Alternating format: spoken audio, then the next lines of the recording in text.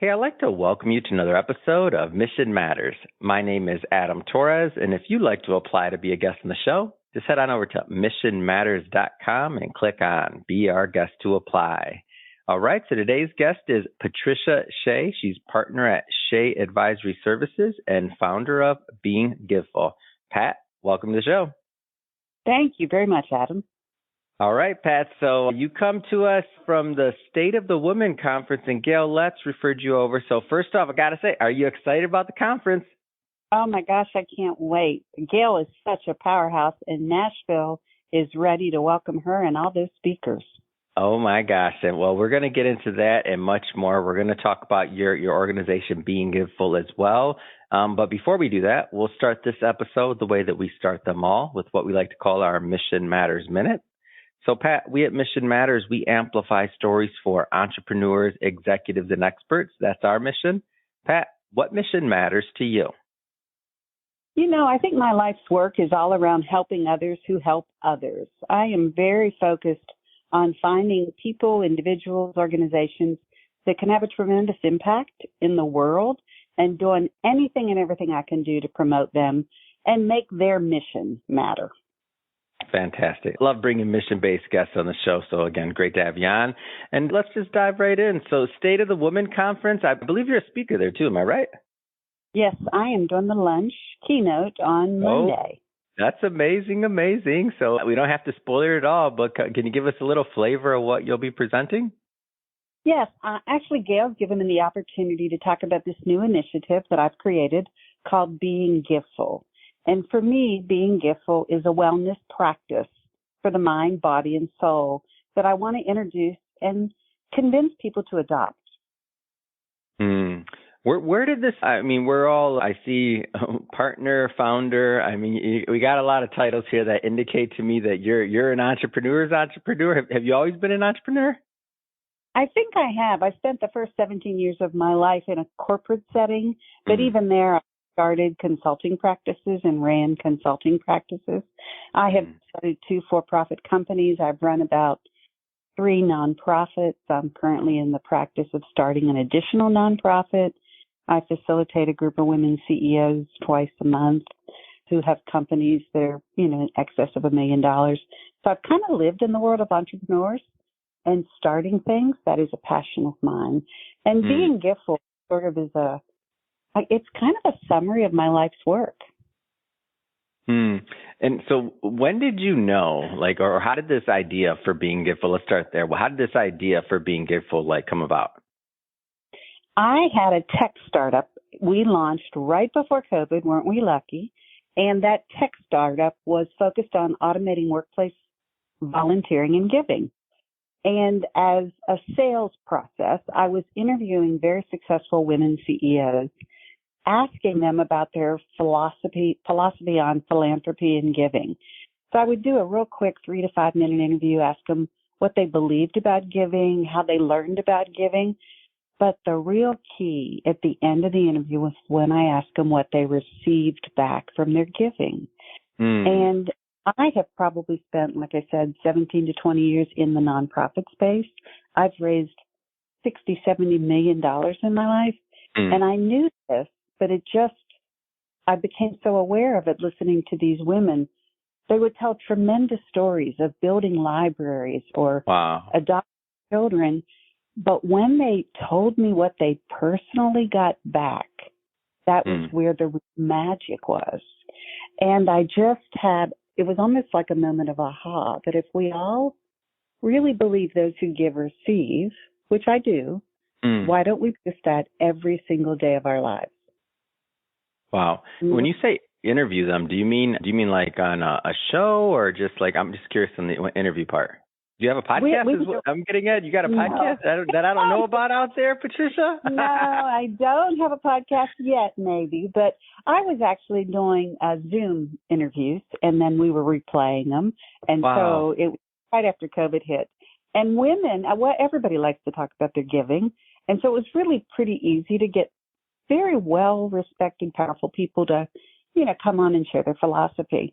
But every single time they would tell me a story, it was really what they got back that changed their lives. And And then I started doing investigation, and really that's how I got to the point that what I've termed as being giveful is really an opportunity for us to practice every single day improving our well-being through giving and receiving.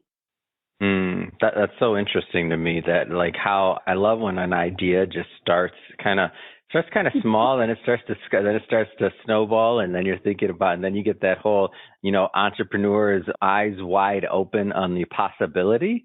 Talk to me about your plan to continue to roll this out, and let's just in the possibility. We're entrepreneurs here. Let's dream for a moment. Like, what's your vision for this thing?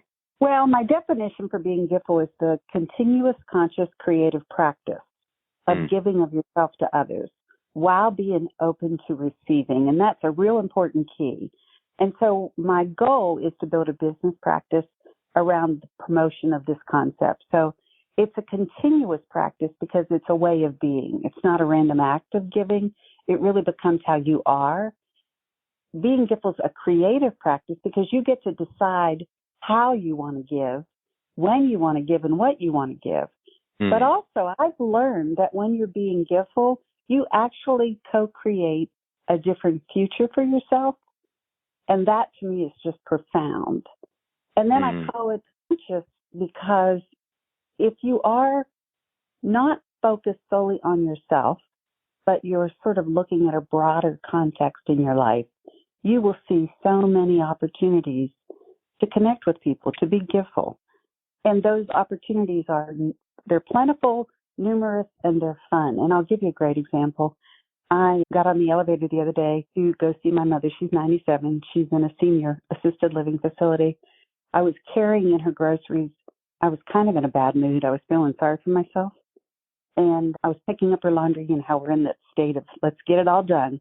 And I'm on the elevator, and this gentleman walks on, and he's probably 100 years old. He's all alone. And there was something about him that just opened my heart. And I looked at him, and I just decided to use my gift of speaking to people. And I said, "How are you today?" And he looked up at me and he said, "I'm fine, but whoever you're going to see is going to be so happy." And that just brought me alive. It changed how I felt about that whole experience. And then he got off the elevator, and I kind of caught up with him pretty quickly. And I said, "I'm sorry, sir, I'm not following you." And he said, "Don't worry, that happens every time I meet a pretty woman." I started laughing so hard. So within about 3 minutes, all I did was speak to a gentleman who was all alone. And what he gave to me is he saw me for the work I was doing for my mother. He made me laugh. He called me pretty. And then he changed my interaction with my mother because I was in a much better mood when she opened that door. And that probably changed my mother's interaction with everybody she met for the rest of the day. So it's a choice we have to be giveful. And then I really want people to not just see it as giving, but also recognize the gifts that come back. See what they got in return, sort of from the universe. It's not transactional. It's not like I do this for you, you give me something back. It's more like receiving, that when you put out good comes back your way. That's great. And so how do people get involved with being giveful? Well, my website is one way, and I am looking for people who really want to help me embrace this and take it to a new level. Beinggiveful.com is the best place to go to find out more. But what I've been doing is just research. I kind of am to the point where I think this concept of being giveful, those who give, receive, is a universal truth. And anyone that can bring me more data to support that would be welcome.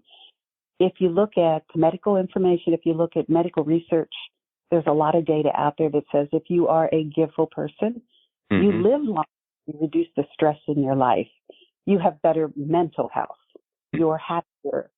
There's also, and this is kind of one of my favorite, go into the world of spirituality or religion. Every major religion on the face of the earth teaches that those who give receive. Most teach that those who give receive multiple of what they give. And if you practice sort of spirituality, it's also brought in that area as well, because it's based on this idea that we're all sort of collectively one entity. And so I have started to say that being giveful actually is the currency of our souls as human beings, because it is the way that we can continuously care for each other and communicate with each other and build that connectivity that's such a strong, needed muscle across humanity. I'm so interested in this. So you're in the research phase, and you've been in the research phase for a while now. That being said, is there anything that you were kind of digging at? Obviously, you knew you had something else. You wouldn't have kind of gone down that path. But sometimes when you start going down that research path, things just kind of surprise you. Those aha moments are, oh, I didn't know that, or oh, like, was there any moments or things that surprised you as you've been in that research stage? A couple things. I had sort of always known that idea of being giveful was in the religious spiritual realm. I wasn't surprised to see it in physical and mental health. I have been sort of surprised to see how present it is in all science. Like, breathing is an example of being giveful, because you breathe in and you breathe out, but you breathe in oxygen that's been gifted to us. And our breathing out helps the world, with photosynthesis, and keeps the world green and our plants alive. And we don't even recognize that as a being giveful activity. So I'm always surprised. I find it this organizing principle in botany, and I find it in biology. And I now there's a family joke about, is this being giveful? And so I see it almost everywhere. And I've started calling it a universal truth. And there aren't many things I consider to be a universal truth. So I'm testing that theory. But the idea that those who give receive shows up, whether you're reading about Mother Teresa or Buddha or Jesus Christ, but it also shows up when you're reading Emerson or if you're reading Paul McCartney's biography. I mean, it's amazing where this concept continues to be present for me. And it does seem like everybody believes it. It's always true. And there's just a ton of proof. So the research just continues to broaden. Oh my gosh, yeah, I'm a Paul McCartney fan. So when you said that, I'm like, what do you? It was in his biography? I put in the lyrics of his, you get the love you give, you get the love you give. I'm trying to think the exact lyric, but yeah, in his music, he talks a lot about the love you get is the love you give. Yeah. So, it's great. And I love the concept because you use universal truths. I mean, I've always thought of it as kind of like a principle. I don't know. I'm not claiming I have the definition in both of those and which one it should be. But I feel like what you're doing here by bringing this amount of attention and this focused energy to being giveful, I feel like it has to also be kind of like very personally rewarding as well, like leading this project. Like, have you experienced that? Yes. In fact, as I opened with, I think my goal in life is to help others help others. And I believe that by elevating, I believe this gift of being giveful has been given to me so that I can elevate the idea so that everyone can be more giveful. And as people are more giveful, I am hopeful that all the resources that we've been gifted are released into the world. And that seems to me like a way to really help others is by trying to shake up the world and say, nothing you have is yours forever anyways. Why don't we just freely give? Why don't we just take humanity? Why don't we just take care of this planet? So it does fit with my personal goal in life. And I think Americans love wellness practices. Yeah. We pick up things like Pilates and meditation. I love them. I'm the first one. I'm probably thinking of a new wellness practice now. Yeah, I'm in. Go ahead. I can't help it. I like it.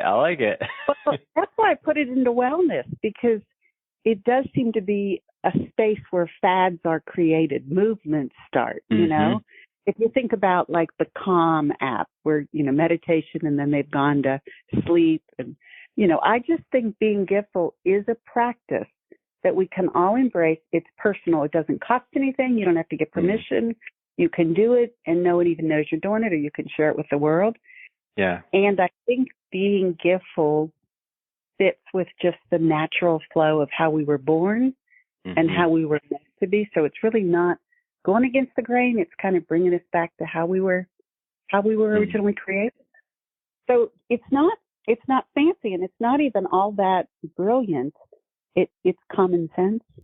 Yeah. But we do seem to claim and hold on to our resources as if we could keep them forever. And and honestly, for me, the more I give, I always get back 10 times more. And every time you make space, every time you give something away, you make space. And I just see it happen day in and day out. Yeah, I can think of that. And when I think about that, oftentimes I think of like my grandparents. So my grandparents on my mom's side, 12 kids. And my mom always tells me these stories about like how they were also helping the other kids in the neighborhood at this time. And it's like, and my grandfather was just, he wasn't a wealthy man by any means. And I'm like, and never took welfare or any kind of handout or anything like that, paid for his house, cash, working overtime and like that kind of guy. And I'm like, man, like how, like to give even when you don't necessarily always have, and to continue and to see kind of what it did in their lives. It's just an amazing thought process, an amazing conversation that I don't feel we bring out in the media enough nowadays, and just like on a consistent, especially in a structured manner like you're doing, or in a wellness practice, I should say, like you're doing with Being Giveful. So I think the project's wonderful. Definitely. Well, and you know what? You just hit it right on the head. I grew up in a family of 8. And so I think grew up in community, right? Yeah. So we understand that constant sharing was the way to survive. And it was really my dad. I tell this story when I do my talks. My dad, when I was 10, I found a $20 bill, and he made me knock on the doors of our neighbors to see who lost that. And he told me, I said, but Dad, what if someone lies? And he said, it doesn't ever matter what anyone else does. It only matters what you do. And goodness begets goodness. And I remember I took 3 seconds to find the neighbor who lost the money. Could tell by the look on her face it was hers. Wow. And the pride I had and the feeling like I grew up in that one moment of being giveful. And so it is sort of, I think it comes from that big family feeling. And I don't know. And then, like I said, spending so much time in the nonprofit community and seeing people volunteer and give. The one point that's really important to me is being giveful is not about money. It can be about money, but we have so many gifts. I have the gift of speaking. I can talk to anybody. I also am an amazing connector. You might be an artist. You might be a writer. We all have gifts. And so when you are being giveful, I tell people, use those things that bring you joy. Use your gifts that are unique to you to meet the opportunity that you run into all the time, every day. It's fun. It is a fun activity. I could spend all day just being giveful because I feel so good afterwards. It's extremely contagious, which also matters when you're trying to start a movement. I also suggest to people when they get comfortable, they share their giveful moments because people will want to emulate them. I had an opportunity during COVID. I was having a rough time. Martin Luther King Day was coming. That's one of my favorite days. My sister was the leader at Vanderbilt Hospital, and I knew how bad it was at Vanderbilt with COVID patients.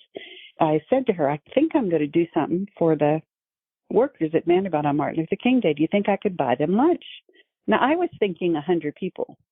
350 people later, this was great. I found a restaurant who offered to donate the food during the worst time a restaurant could ever be in existence. And I turned them down and I said, no, I'm going to pay you. I just need you to follow 17 pages of protocol.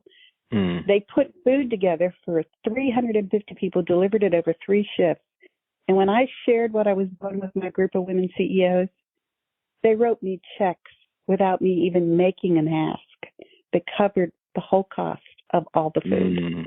And on a Monday, Martin Luther King Day, I think that was 21, we were on a Zoom call with the head of nursing and this restaurant owner and all these women having the best COVID day possible because we had all been giveful.